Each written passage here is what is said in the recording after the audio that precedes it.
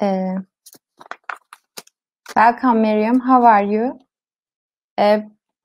Please open your microphone. Yeah, I'm doing great. Yes, I'm ready. Okay. Thank you for being part of the FF38.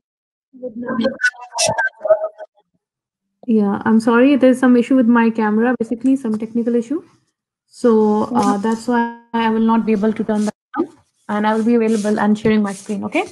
I hope that's okay. Okay, no problem. Thank you for being part of the FF30 2020 first. And we look forward to your presentation. Can you start when you are ready? Yeah, so I'll start presenting now. I'll share my screen. Okay.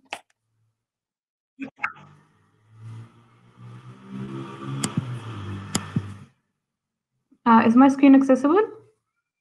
No. Arkadaşlar sunumu alabilir misiniz? Yeah, can you check now, please? 1 minute. Okay. You started. Okay. Have a good presentation, Miriam. See you. Okay, great. So we'll get started with our today's topic. We will be talking about Firebase Crashlytics basically, and we'll be discussing that in details, how it is helpful for you guys to, in the development and in improving the quality, and how it helps you to grow your business. So my name is Mariam Aslam. I am testing consultant at Teradata Pakistan. I am working as Google Developer Expert for Firebase, and I'm running 2 communities for Quality Assurance Society Pakistan and Women in QA. Basically, these communities provide trainings and sessions on automated testing and manual testing, etc. And if you guys have any questions, you can always reach out to me on my email. It is mentioned here. So let's talk about a little bit of history of Crashlytics, basically. So Crashlytics was a tool that helps, collecting and analyzing, organizing app crash reports. Like, for example, you want to track down when your application crashed, or for example, there are issues that there are crashes that are not reproducible. For that purpose, Crashlytics was built. And Crashlytics was founded in 2011 by 2 entrepreneurs. In January 2013, Twitter acquired Crashlytics for over 100 million. And then later in January 2017, Google acquired Crashlytics.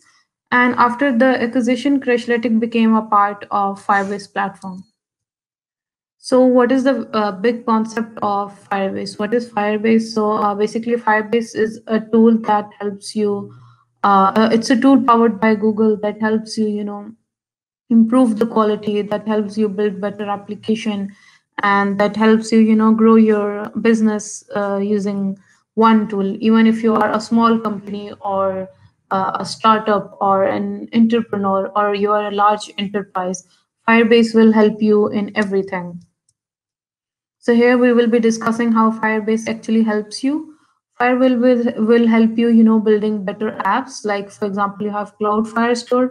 In Cloud Firestore, you can sync your app data in real time to, Cloud Firestore, even if you are offline. Like, for example, if you're not connected to the internet and you want to sync the data, text messages. Let's take an example of a messaging part in the mobile application. So the messages that you will be sending, that will be synced in your Firebase Cloud Store once you get connected to the internet. And then we have Firebase ML, that is a tool for machine learning, and we have Cloud Firestore. Basically, you run mobile backend code without managing the servers. You have authentication. In authentications, for example, you want to, you want your users to log in through Gmail, Twitter, GitHub account, or any of the account that you prefer, or your business use case prefer. You can integrate that with your application, and you can add it with the Firebase authentication. And then we have Firebase hosting. For example, if you're a blogger, or even you are a small company that has one pager website or a static website, You can also host your website on Firebase, and all these features are free. And then you have cloud storage. Basically, it stores and serve files at Google scale. And then we have real-time database. It is the same concept as Cloud Firestore. Basically, it syncs the app data in milliseconds. Now let's move forward to improve app quality. We have Crashlytics that we are discussing in details. We have performance monitoring. We have test lab. We have app distribution, and we will be discussing these later. Now let's move to grow your business. In grow your business, you have in-app messaging. For example, if you want to enable in-app messaging, you can do that with Firebase. You have Google Analytics that allows you to record a lot of analytics. Then you have predictions, like what are your user expecting in the future. It can help you in that. We have A/B testing. For example, if you have built two interface of an mobile application, you have two designs, and you're not sure which one you should go with, you can always perform A/B testing and see the customer response. Whatever they select, you can whatever has the high percentage, you can integrate that in your app. Then you have cloud messaging. For example, you want to send push notification, that can be also done with Firebase. You have remote config, so you modify your app without deploying a new version. You have dynamic link, so basically it drives your traffic from, for example, from web to the mobile application, or from mobile application to the web. So now let's talk about what is Firebase Crashlytics. Firebase Crashlytics is a lightweight real-time crash reporter that helps you, track, prioritize, and fix stability issues to improve your app quality. So then we have Crashlytics save your troubleshooting time by simply, grouping crashes and highlighting the circumstances that lead up to them.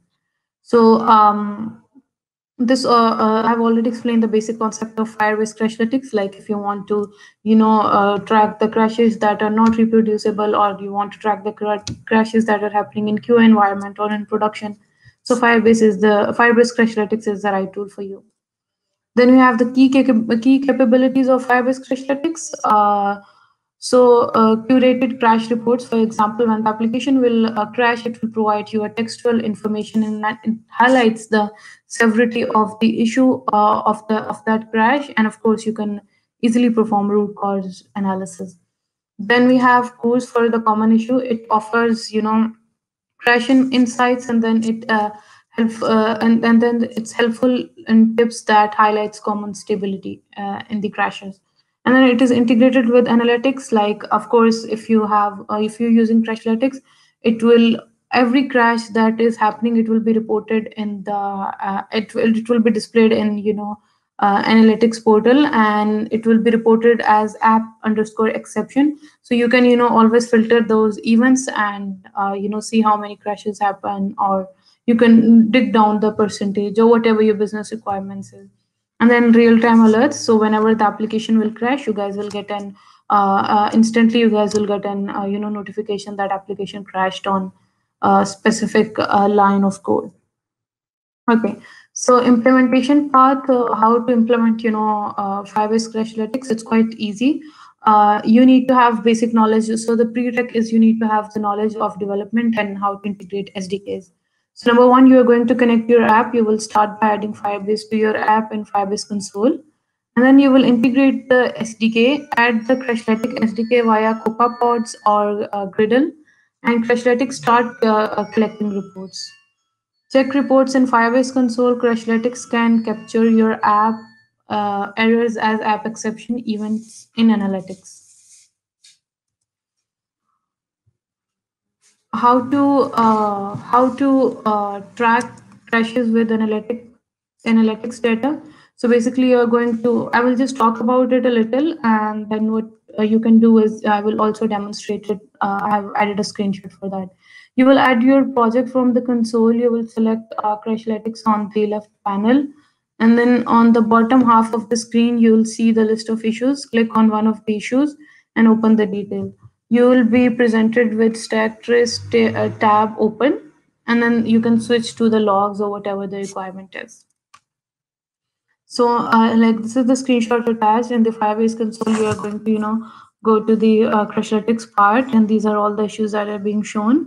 For example, this one, it shows that this is for iOS 11. It shows you the details, the version, and how many times that crash occurred and how many users faced that issue.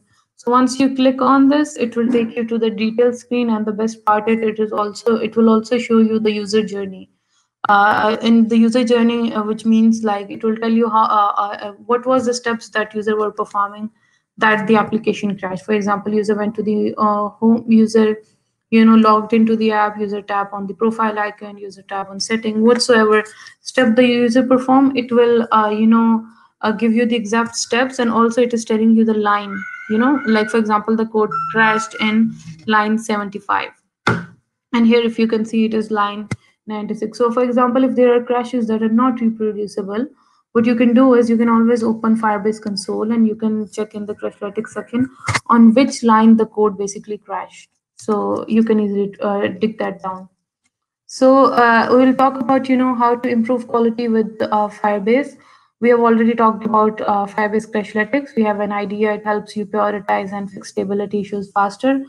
Firebase performance monitoring, you gain insight into your app's performance. Like for example, if you want to check, for example, in your mobile application, you have integrated a use case of for example, if the users will log in the specific business hours, or the user will log in on the specific day, they will get some discount or something. You can always track that performance of your application.